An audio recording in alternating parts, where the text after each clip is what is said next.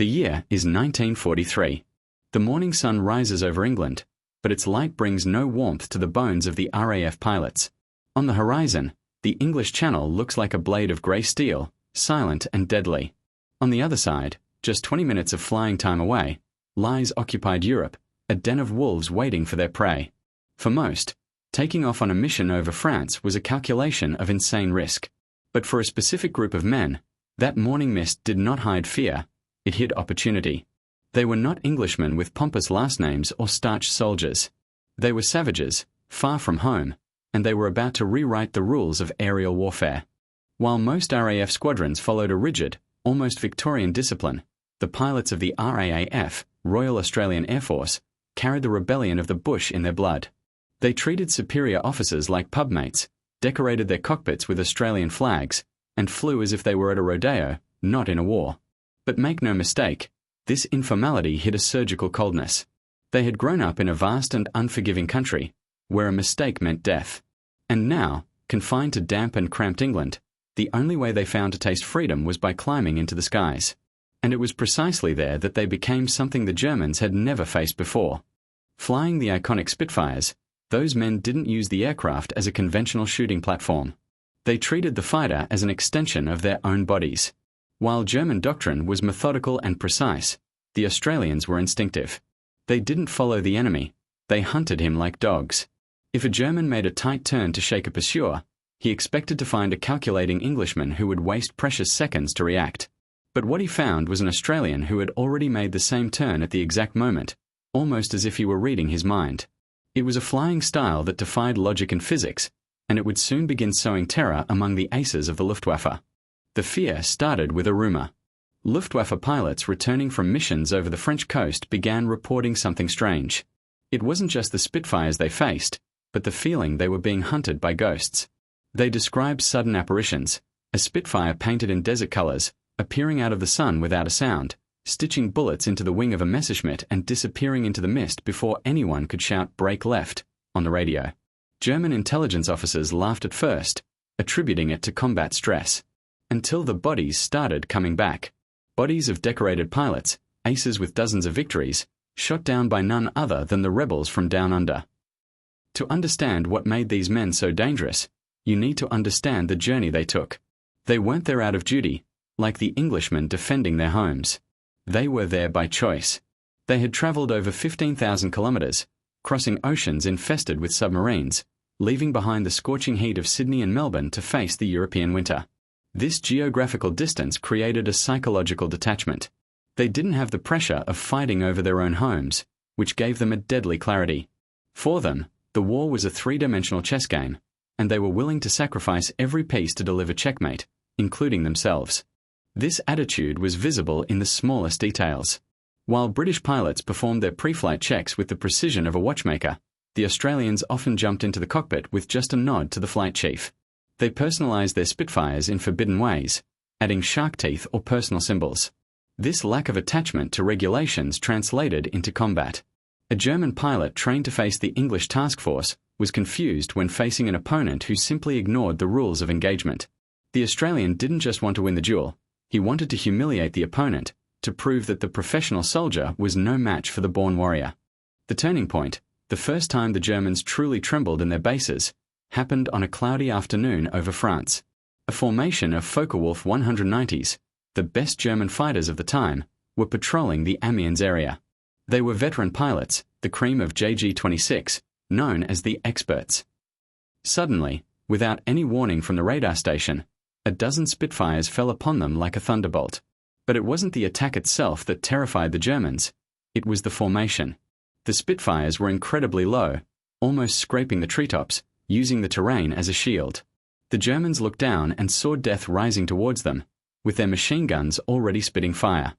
The leader of the German patrol, a Hauptmann decorated with a Knight's Cross, desperately tried to maneuver his FW-190 upwards, gaining altitude to counterattack. But the lead Spitfire, with a small kangaroo discreetly painted on the fuselage, glued itself to his tail as if tied by a cable. The German did everything he knew: spin, roll, Immelmann turn. Nothing worked. The Australian was always there, predicting every move. Seconds later, The FW-190's engine started spewing black smoke. The Hauptmann ejected, descending by parachute while watching his plane crash in flames. When rescued by German troops on the ground, he reportedly said, pale-faced, "They weren't pilots. They were demons." The Australians returned to their base in England that afternoon without losing a single aircraft. As they taxied, the control tower, in shock, asked how they had managed such a perfect surprise attack. The answer came over the radio, with a thick accent and a tone of mockery. "Well, tower, it's simple. We just flew low so we wouldn't wake the Germans. They were all taking a nap." The base commander, a stern Englishman, wanted to punish them for the informality, but the numbers spoke louder. That day, a legend was born. The ghosts of the sky had arrived, and the German aces began to look at the sky with a new kind of fear. An irrational, primal fear. The fear of the unexpected. But make no mistake if you think this was just another victory in a long war. That fight over Amiens was the spark that ignited a personal hatred in the Luftwaffe. The Germans didn't just want to shoot down Spitfires, they wanted to specifically hunt those Australians. They want to prove that German technique overcomes wild instinct. And on the next mission, the roles would reverse. The hunters would become the hunted. The Australians were flying too high on their arrogance, and the Germans were preparing a deadly trap. A trap that would test not only the skill, but the very souls of these rebel pilots. The victory over Amiens should have been a cause for celebration. The Australians had humiliated the legendary JG-26, sending one of their top aces down in flames. But in war, pride is a currency that demands payment with interest. Back at their base in France, the Germans were not just angry, they were obsessed. Photographs of the Australian Spitfires, with their casual paint jobs and rebellious attitude, were pinned to briefing room walls. They were no longer just enemy aircraft, they were personal targets. A special mission was being planned, code-named. German intelligence had been watching. They noticed a pattern. The Australians were aggressive, yes, but their aggression followed a predictable rhythm. They always took the same patrol routes, always pushed just a little too far over the French coast, always stayed a little too long looking for a fight. It was arrogance, and arrogance is a trap. The Luftwaffe assembled a Jagdgeschwader of their finest aces, pilots who had survived hundreds of missions on the Eastern Front. They were not young and eager, they were old, cunning, and patient. And they had a new weapon, the Focke-Wulf 190, upgraded with heavier cannons, designed specifically to shred a Spitfire to pieces with a single well-aimed burst. Back in England, the Australians were blissfully unaware of the storm gathering across the Channel. They celebrated their victories with typical irreverence, singing songs from the outback and toasting to the downfall of the Luftwaffe. They believed they were invincible, that the ghost status protected them. But ghosts can be killed if you know how to trap them. The night before the fateful mission, a young Australian pilot, fresh from training, asked his squadron leader, "What if they're waiting for us tomorrow?" The veteran leader just smiled, took a long drag from his cigarette, and replied, "Then we give them a show they'll never forget, mate." The morning of October 15th, 1943, dawned cold and clear. Too clear. The Australians climbed into their cockpits, but something felt different. The usual banter on the radio was replaced by static silence. As they taxied for takeoff, the ground crew, usually smiling and waving, just stood there, watching them go, as if they knew something the pilots didn't. 12 Spitfires roared into the sky, climbing through the thin layer of cloud, heading east towards France. They were flying into a perfect storm, and this time, the sky would not be kind. Crossing the French coast at low altitude, the Australians saw them. Not just a patrol, but a swarm. More than 30 Focke-Wulfs, arranged in layers from 5,000 to 20,000 feet, waiting. The trap was sprung.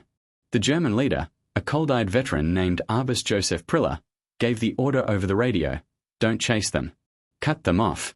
Surround them. No one escapes." For the first time, the Australians felt a chill that had nothing to do with the altitude. They were not the ambushers anymore. They were the guests of honor at an execution.